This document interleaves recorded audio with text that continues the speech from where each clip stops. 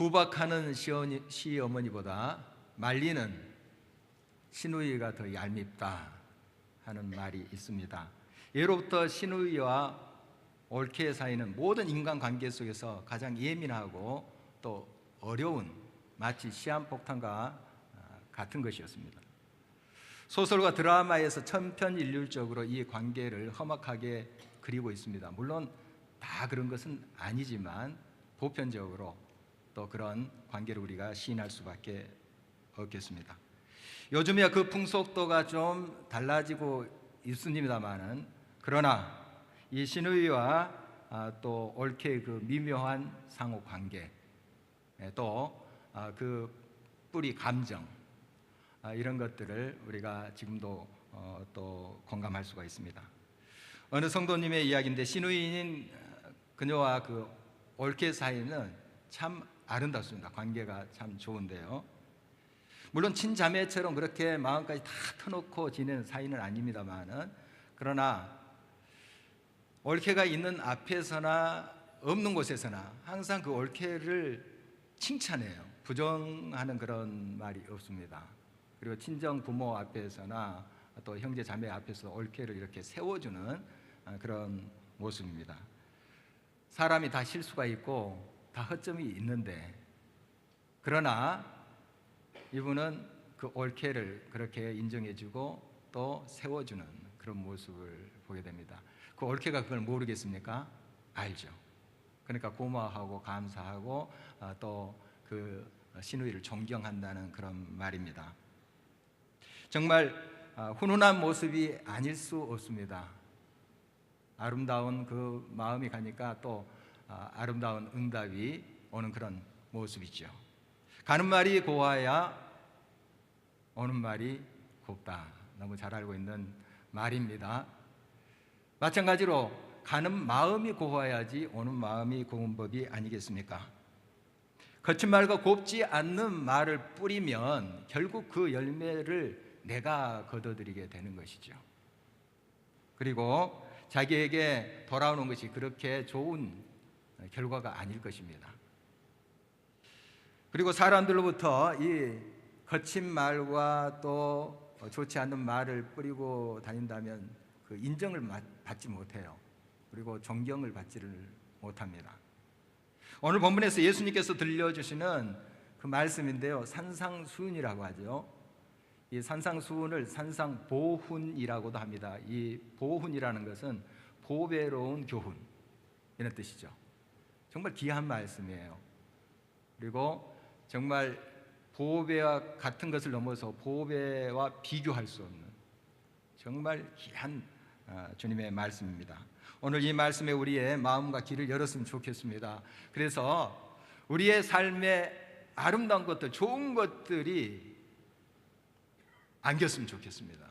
우리가 좋은 씨앗을 뿌리고 또 열매를 아주 풍성한 것으로 거둬들였으면 좋겠습니다.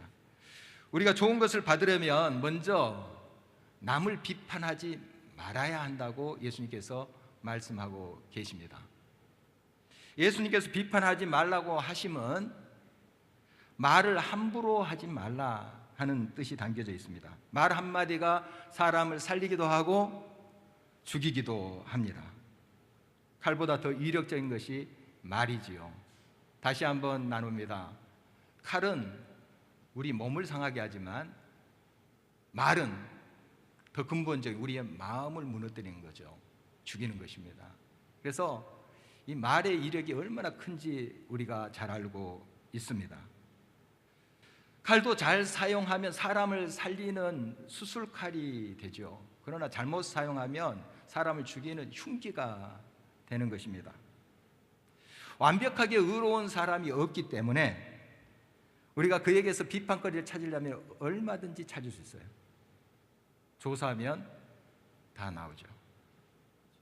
비판을 좋아하는 사람은 남이 자기를 비판하는 것을 못 참습니다. 그런데 항상 기억해야 됩니다. 우리가 비판할 때 나도 이 비판을 받을 마음의 준비가 돼 있어야 됩니다. 자세가 돼 있어야 합니다. 비슷한 잘못과 실수를 범했는데 다른 사람에게는 가차없는 칼을 댑니다. 날카롭게 칼을 댑니다. 그러나 자기가 그 실수를 범하면 슬그머니 넘어가려고 합니다. 관대해지는 것이죠. 이것이 우리들의 모습입니다. 사실 우리도 모르게 무의식적으로 나에 대해서는 관대하게 생각하는 경향이 있어요. 그러니까 그 반대로 하는 것이 공정함에 더 가깝습니다. 즉 나에 대해서는 엄격하고 다른 사람에 대해서는 좀 관대해지면 이게 공정함에 더 가까운 모습이 될 것입니다. 중국 명대의 홍은명이 지은 채근담이라는 것이 있습니다. 거기에 이런 말이 있는데 대인춘풍 지기추상. 남을 대할 때는 춘풍, 봄바람처럼 부드럽게 대하고 자기를 대할 때는 가을 서리발처럼 차갑게 날카롭게 대하라, 이런 말이죠. 우리가 세상에서도 이런 교훈을 주고 받곤 합니다. 오늘 하나님의 말씀을 통해서 다시 한번 우리들에게 도전했으면 좋겠습니다.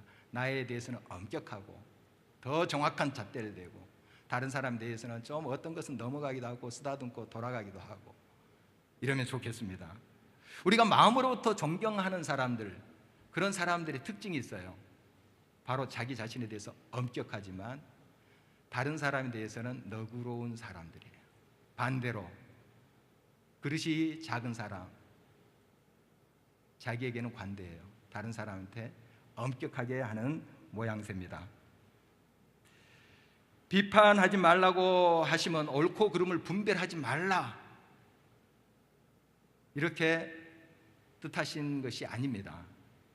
잘못된 것은 꾸짖어서 책망해서라도 바로 잡아야 되죠. 같은 교훈도 어떠한 마음가짐, 어떠한 동기, 어떠한 목적을 가지고 하느냐, 이것이 중요하다는 말씀입니다. 우리는 사랑의 동기가 되어야 됩니다. 그리고 살리려는 목적이 확실해야 돼요. 그래서 그 칼을 잡아드려야 됩니다. 수술하시는 분들 아무리 명의라 할지라도, 노련한 의사라 할지라도 굉장히 신중을 기합니다. 수천 번 수술했어도 신중해요. 그러나 흉기로 칼을 휘두른 사람 마구 휘두릅니다. 생각하지를 않아요. 여러분, 정말 말 한마디 할 때도 생각하면서 하라는 것이 세상의 교훈이지 않습니까? 3, 4, 1원. 말 한마디 하기 전에 좀 3번 생각해라, 좀 생각 좀 하고 해라 하는 그런 뜻 아니겠습니까? 우리는 크리스찬입니다. 하나님의 자녀들이에요. 우리는 좀 더 나아가서 3도 1원 해야 될 것입니다. 3번 기도하고 한번 말하기. 1도도 안 하는 사람 있어요. 3도는커녕. 좀 우리가 가정 안에서도 내 기분, 내 성질대로 말해볼 수 있어요. 또 가까운 사람을 대할 때 우리는 그냥 함부로 이야기할 때가 너무 많습니다. 우리가 3도 1원, 3번 깊이 기도하고 한마디 하는 그러한 습관을 키워야 합니다. 특히 책망하거나 교훈적인 말을 할 때 더욱 그리해야 되고요. 우리가 그렇게 기도하고 사랑의 동기와 살리는 그러한 목적을 확실하게 가지고 쓴소리를 할 때 상대방이 듣기가 부담스러워요. 물론 그런 소리 또 싫어할 수도 있어요. 그러나 압니다. 우리가 어떤 동기와 어떤 마음으로 그런 쓴소리를 했는지 알아요. 나중에 고마워할 것입니다. 여러분, 그러므로 우리가 한마디 말을 하더라도 정말 기도하면서 사랑의 마음을 담아서 그렇게 이야기하는 습관을 길러야 될 것입니다. 그러므로 형제의 잘못을 바로 잡으려 할 때는 먼저 우리 자신을 들여다봐야 됩니다. 오늘 주님께서 계속해서 이런 말씀을 하세요. 3절입니다. 어찌하여 형제의 눈 속에 있는 티는 보고 내 눈 속에 있는 들보는 깨닫지 못하느냐. 5절입니다. 외식하는 자여 먼저 내 눈 속에서 들보를 빼어라. 그 후에야 밝히 보고 형제의 눈 속에서 티를 빼리라. 우리 사람은 자기 모습보다 앞에 있는 사람의 모습이 눈에 쉽게 들어와요. 그래서 그 앞에 있는 사람의 눈에 티가 먼저 발견되는 거죠. 그래서 지적을 하고 비판도 하고 합니다. 우리는 거울 앞에 서기 전에 다른 사람을 비판해서는 안 됩니다. 거울 앞에 서야만이 내 모습이 보이기 때문에 그렇지요. 늘 우리가 거울 앞에 서야 된다는 것은 말씀의 거울에 비추어서 날마다 그 말씀의 뜻에 따라서 삶을 이야기하는 것이죠.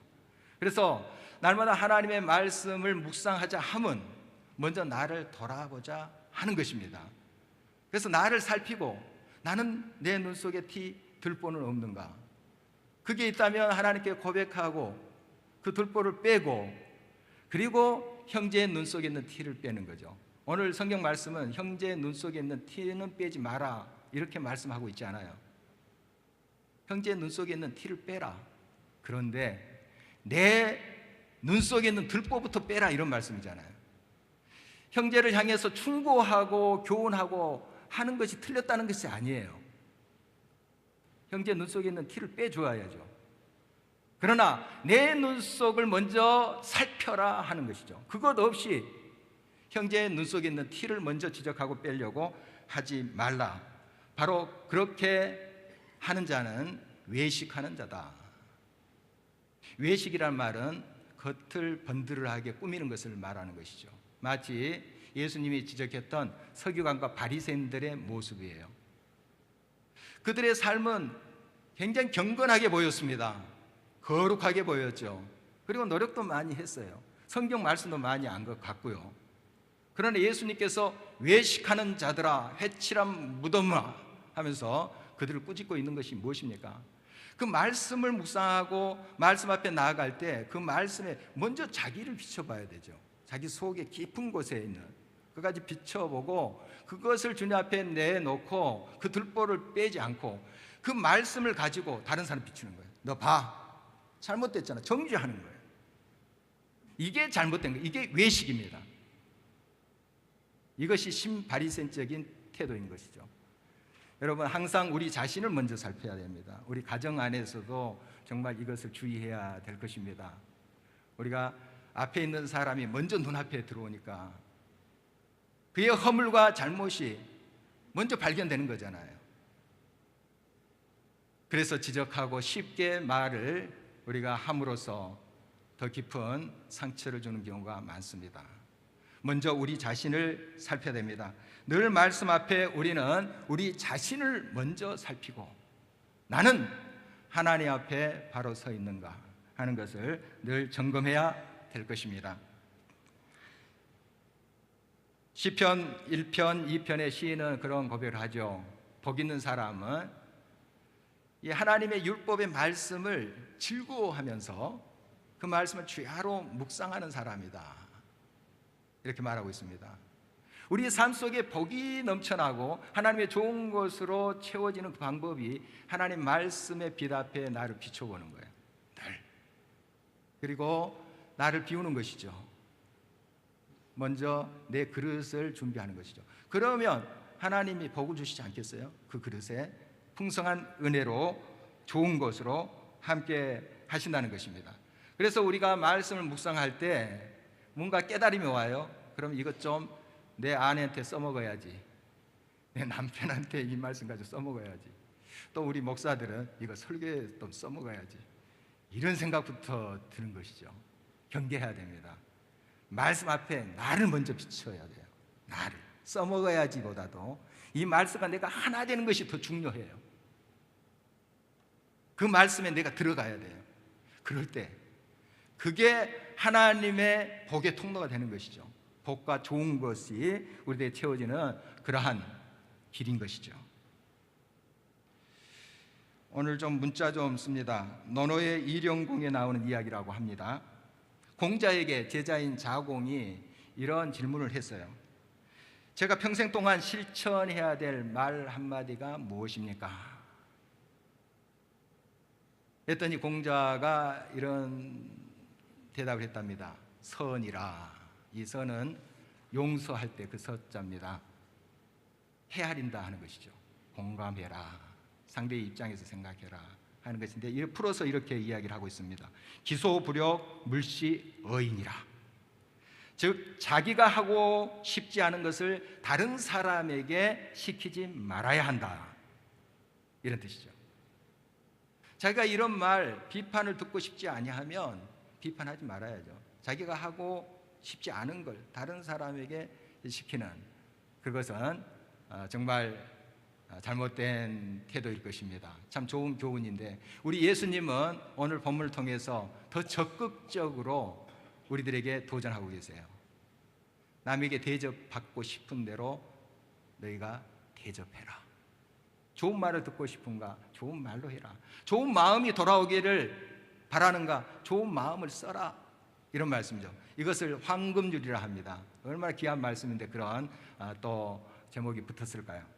오늘 12절 말씀 다시 한번 제가 봉독합니다. 그러므로 무엇이든지 남에게 대접을 받고자 하는 대로 너희도 남을 대접하라. 이것이 율법이요 선지자니라. 우리는 좋은 대접을 받고 싶어 합니다. 좋은 평판도 받고 싶어 하고요, 인정과 또 존경도 받고 싶어 합니다. 좋은 마음 아니겠습니까? 그렇다면 좋은 걸 심어야죠. 좋은 마음, 좋은 말을 뿌려야 되는 것이죠. 그러면 그것이 싹이 트고 꽃을 피우고 아름다운 열매로 해서 내게 돌아오지 않겠습니까? 아무리 사랑의 동기와 살리는 목적을 가지고 교훈해도 그것을 듣지 않는 사람들이 있어요. 내가 많이 기도하고 정말 그 마음을 담아서 교훈을 줬어요. 그런데 거부하고 또 미워하고 막 나를 향해서 섭섭한 마음을 갖는 경우 있어요. 이런 경우 우리는 잠시 입을 다물어야 됩니다. 잠시요. 오늘 이런 말씀이 6절에 기록되어 있어요. 거룩한 것을 그에게 주지 말며 너희 진주를 돼지 앞에 던지지 말라.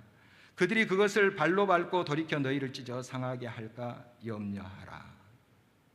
개, 돼지가 뭐 좋은 걸 알겠습니까? 보석 알겠습니까? 주지 말라. 이 말은 내가 그렇게 사랑을 가지고 좋은 목적을 가지고 이야기했는데도 듣지 않은 사람 미워하라, 무시하라 하는 말이 아닙니다.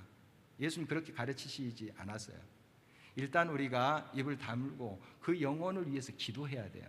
하나님, 정말 내가 많이 기도하고 사랑의 마음을 가지고 하나님 말씀에 묵상해 보니까 참 이런 말을 전달하라고 계속 하나님께서 저를 이끌어 가시는데, 이런 말을 전했는데 저 형제 자매가 듣지 않습니다. 더 나를 미워하고 섭섭해합니다. 하나님, 제가 부족한 것이 있거든, 표현에 서투른 점이 있거든 용서하시고 그 형제 마음 좀 열어주셔서 그 말씀을 좀 받아들이게 해주십시오. 그 마음을 일구어 주십시오. 우리가 그렇게 기도하는 것입니다. 하고 또 하나님께서 다시 기회를 주시면 우리가 또 기도하고 말씀드리는 것이죠. 이렇게 접근하는 것이 주의 말씀을 온전히 우리가 따라가는 모양이라고 볼 수가 있겠습니다. 이상이 우리가 사람과의 관계 속에서 좋은 것을 얻을 수 있는 방법이라고 한다면, 다음은 하나님께로부터 좋은 것을 받는 그러한 길이 있습니다. 물론 사람들로부터 오는 그런 좋은 것들, 좋은 평판들, 이것도 다 하나님께로부터 오는 것이 궁극적으로 하나님이 역사하시는 거죠. 그러나 우리가 좀 이제 나누어서 생각해 보자는 것이죠. 우리가 하나님께로부터 오는 궁극적인 좋은 것이 무엇일까? 그걸 얻으려고 할 때 어떻게 나가야 될까 하는 것이죠. 그 유명한 주님의 말씀입니다. 마태복음 7장 7절입니다. 구하라, 그리하면 너희에게 주실 것이요, 찾으라, 그리하면 찾아낼 것이요, 문을 두드리라, 그리하면 너희에게 열릴 것이니. 구하라, 찾으라, 문을 두드리라 이렇게 말씀하시면 전심으로 진심으로 주님 앞에 기도하라 하는 것입니다.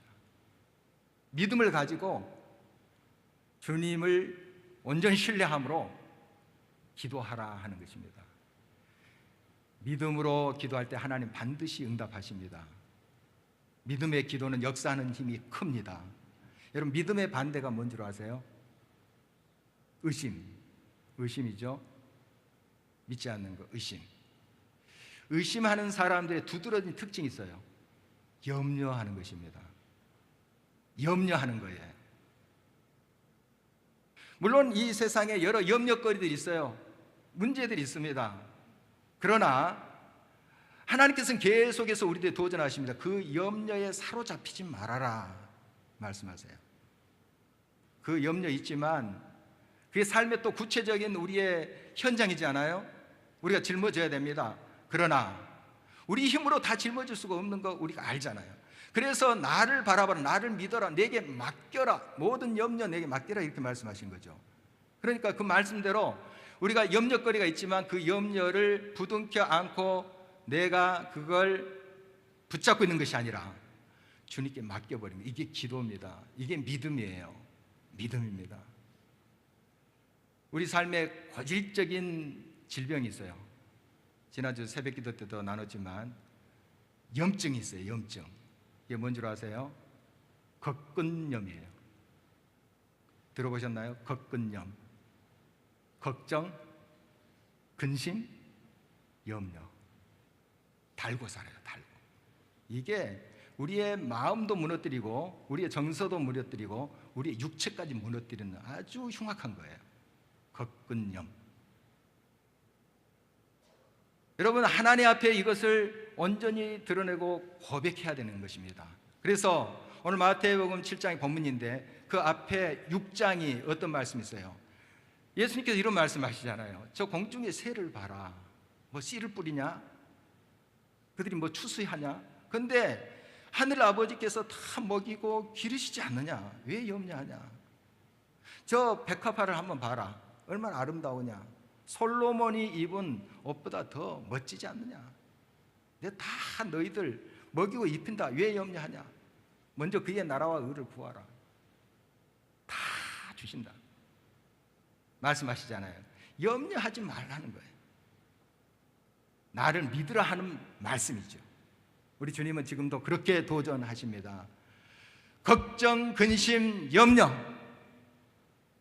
그걸 주님 앞에 맡기고 주님을 온전히 신뢰하는 거예요. 주의 약속을 붙잡는 거죠. 그것을 붙잡을 때 그 주님의 약속의 그 말씀의 밝은 빛이 염려, 근심, 걱정, 어두운 것들을 물리치세요. 내가 아무리 희저어도 이 걱정, 근심, 염려의 그늘, 어두움 물리칠 수 없습니다. 못해요. 걱정 안 해야지, 걱정 안 해야지, 그렇게 하면서 걱정에 더 우리가 묶여버립니다. 여러분, 하나님을 온전히 바라보고 그 빛을 바라볼 때 그 빛이 들어와서 어둠을 물리치는 거예요. 걱정, 근심, 염려를 물리치는 거예요. 그러므로 여러분, 하나님을 온전히 신뢰하시길 바랍니다. 믿고 구하세요. 전심으로 구할 때 하나님은 반드시 그 약속대로 찾게 만드시고 얻게 만드시고 또한 문을 열어 주실 것입니다. 빌립보서 4장 6절에서 7절에 사도 바울이 이런 도전을 하고 있는 것, 다시 한번 우리 귀를 기울여 봅니다. 아무것도 염려하지 말고 다만 모든 일에 기도와 간구로 너희 구할 것을 감사함으로 하나님께 아뢰라. 그리하면 모든 지각에 뛰어나신 하나님의 평강이 그리스도 예수 안에서 너희의 마음과 생각을 지키시리라. 염려 대신에 믿고 구하세요. 하나님은 지금도 살아서 역사하시는 분이십니다. 빛으로 생명으로 역사하시는 분이세요. 그분을 꼭 신뢰하며 믿음으로 나아가시기를 바랍니다. 우리가 이렇게 열심히 기도하고 진심으로 전심으로 기도했는데 응답이 없을 수가 있어요. 이때 좀 이거 점검해야 됩니다. 이 말씀 좀 기억하셔야 됩니다. 야고보음 4장 2절에서 3절 말씀입니다. 너희가 얻지 못함은 구하지 아니하기 때문이요 구하여도 받지 못함은 정욕으로 쓰려고 잘못 구함이니라. 이 말씀 기억하시고 점검해 보시기 바랍니다. 내가 이렇게 간절히 전심으로 구했는데 왜 하나님은 응답을 안 하시지? 한번 여러분의 간구를 살펴보시기 바랍니다. 이것이 하나님의 영광을 드러내는 것인지, 그런 목적으로 구하는 것인지, 나의 정욕을 위해서 나의 욕심을 채우기 위한 것인지 점검해 보시기 바랍니다. 만약에 하나님의 뜻이라는 확신이 있으면 여러분 끝까지 기다리셔야 돼요. 하나님의 신실하심을 믿고 참고 기다리는 거예요. 반드시 하나님은 가장 적합한 때에 가장 적합한 것으로 여러분에게 허락하실 것입니다. 악한 사람이라도 자식에게 좋은 것을 주려고 합니다. 그런데 우리들에게 생명을 주시고 독생자 예수 그리스도를 내어주신 그분이 뭘 아까워하시겠습니까? 가장 좋은 것을 주시지 않겠어요? 그 주님을 신뢰하는 거죠. 여러분, 그 주님을 믿고 믿음으로 구하시기를 바랍니다. 이 땅에 금은보화, 성공, 성취, 또 회복, 회생, 이런 것들 좋은 것들이죠. 복이죠. 여러분의 삶 속에 이것이 넘치기를 바랍니다. 그러나 이건 있다가 없어지는 것들, 또 없다가 생기는 것들이에요. 일시적인 것입니다. 영원한 것이 있어요. 그게 바로 성령입니다. 하나님의 영이에요. 그래서 오늘 본문에 있는 말씀이 누가복음에도 나오는데요, 누가복음 11장 13절에 이 좋은 것에 대해서 구체적으로 명시하고 있어요. 성령이니라. 너희가 구하고 문을 두드리고 찾을 때 좋은 것을 주실 텐데 그게 성령이니라 말씀하고 있습니다. 여러분, 성령 얼마나 큰 선물인지 우리가 실감을 하지 못하는데 전능하신 하나님의 영이에요. 모든 것이 능하신 하나님의 영이에요. 한번 예를 들어볼까요? 제자들이 이 성령 충만을 받지 않았을 때 얼마나 두려움에 떨었어요. 예수님 잡혀가시고 죽으시고 도망가고 또 예수님 배반하고 그러지 않았습니까? 두려움과 걱정, 근심으로 휩싸였던 그들의 삶이었어요. 그들이 성령 충만하고 어떻게 변해요? 그들의 마음속에 있는 그들의 삶을 지배하고 있던 두려움, 걱정, 근심, 염려 사라졌어요. 성령의 빛이 들어왔기 때문에. 그래서 그들이 그 어려운 상황 속에서도 그 주님의 능력을 힘입고 나가서 복음 증가하잖아요. 이 세상의 어둠을 밝혀내잖아요. 그것입니다. 여러분, 성령을 구하세요. 성령 충만하기를 구하세요. 이게 가장 큰 선물이고 여러분의 삶을 회복시키고 궁극적으로 살리시는 그런 하나님의 영이십니다. 능력이 되시고 지혜가 되시는 분이세요. 성령 충만한 여러분의 삶이 되시기를 바랍니다. 성명절이 다가오고 있습니다. 이제 여러 식구들이 모이게 될 텐데요, 덕담을 많이 나누시기 바랍니다. 그런데 간혹 좀 지적하고 책망하는 그런 말을 하는 경우가 있어요. 또 어르신이다 하시는 분들이 좀 이런 경우가 있는데 좀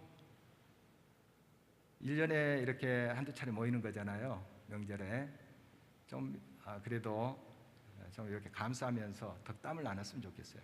우리 크리스찬부터가 다 들춰보면 허물이 있어요. 며느리도 허물이 있고 시어머니도 허물이 있고 다 그런 거 아니겠습니까? 다 부족해요. 조사하면 다 나오잖아요. 들춰보면 다 틀려요. 좀 어느 것은 좀 덮고 넘어갔으면 좋겠어요. 덮고 나가고 좀 덕담으로 수고했다, 참 감사합니다, 이런 말이 좀 풍성이 있으면 좋겠어요. 여러분이 그곳에 감으로 그런 분위기가 연출됐으면 좋겠어요. 그런 분위기가 이렇게 살아났으면 좋겠습니다. 때로는 쓴소리를 들을 수가 있습니다. 그때 여러분 미리 기도 좀 많이 하시고 가십시오. 준비 안 되면 나도 딱 받아칩니다. 제가 제 자영하고 한번 그런 적 있어요. 준비가 안 된 상태에서 딱 공격이 들어오니까 제가 딱 받아치더라고요. 여러분, 기도하시고 명절 이제 다가오지 않습니까? 혹시 쓴소리 또 책망하는 소리가 들린다 할지라도 그냥 죄송합니다, 제가 부족하고 노력할게요, 이렇게 하면서 우리 크리스찬한테 좀 넘어갔으면 좋겠습니다. 그래서 이번 크리스찬의 우리 설이죠. 설 명절에 좀 풍성한 이야기, 그 화기애애한 그런 분위기가 우리를 통해서 이루어졌으면 좋겠습니다. 더 나아가서 우리가 성령의 충만함을 구했으면 좋겠습니다. 가장 좋은 것, 성령을 선물로 받았으면 좋겠는데 우리가 간절하게 전심으로 진심으로 기도하면서 이 성령의 충만함을 또 선물로 받을 때 가장 좋은 것을 누리고 우리가 나눠줄 수 있잖아요. 그것으로 사랑하게 되고 이해하고 감사할 수 있잖아요. 이런 아름다운 이야기가 가득한 귀한 우리 명절 되시기를 주의 이름으로 축원합니다. 우리 함께 일어서서 찬양 드리도록 하겠습니다. 찬송가 218장 함께 찬송하겠습니다.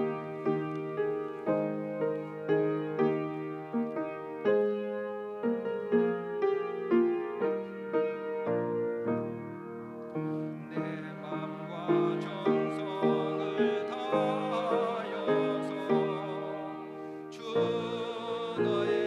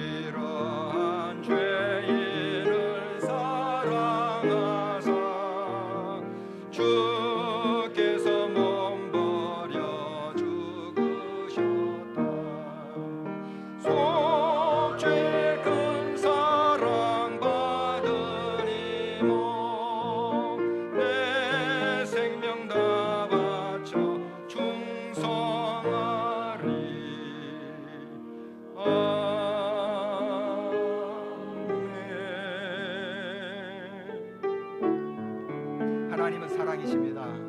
우리의 힘으로 어떻게 사랑할 수 있겠습니까? 주님의 사랑으로 살아가겠습니다. 사랑은 언제나 오래 참고, 사랑은 언제나 온유하며, 사랑은 시기하지 않으며, 사랑은 시기하지 않으며, 자랑도 교만도 아니하며, 사랑은 무례히 행치 않고,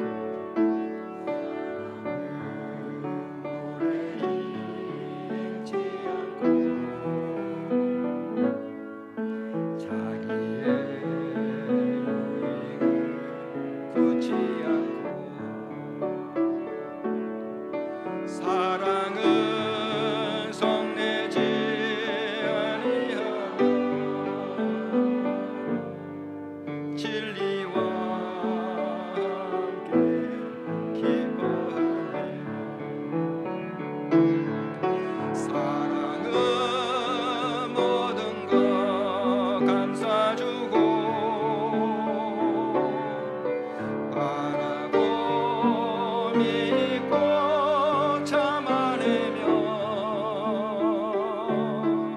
사랑은 영원토록 변함없네. 믿음과 소망과 사랑,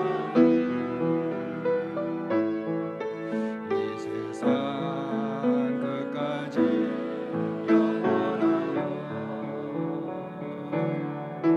믿음과 소망과 사랑 중에 그 중에 제일은 사랑이라.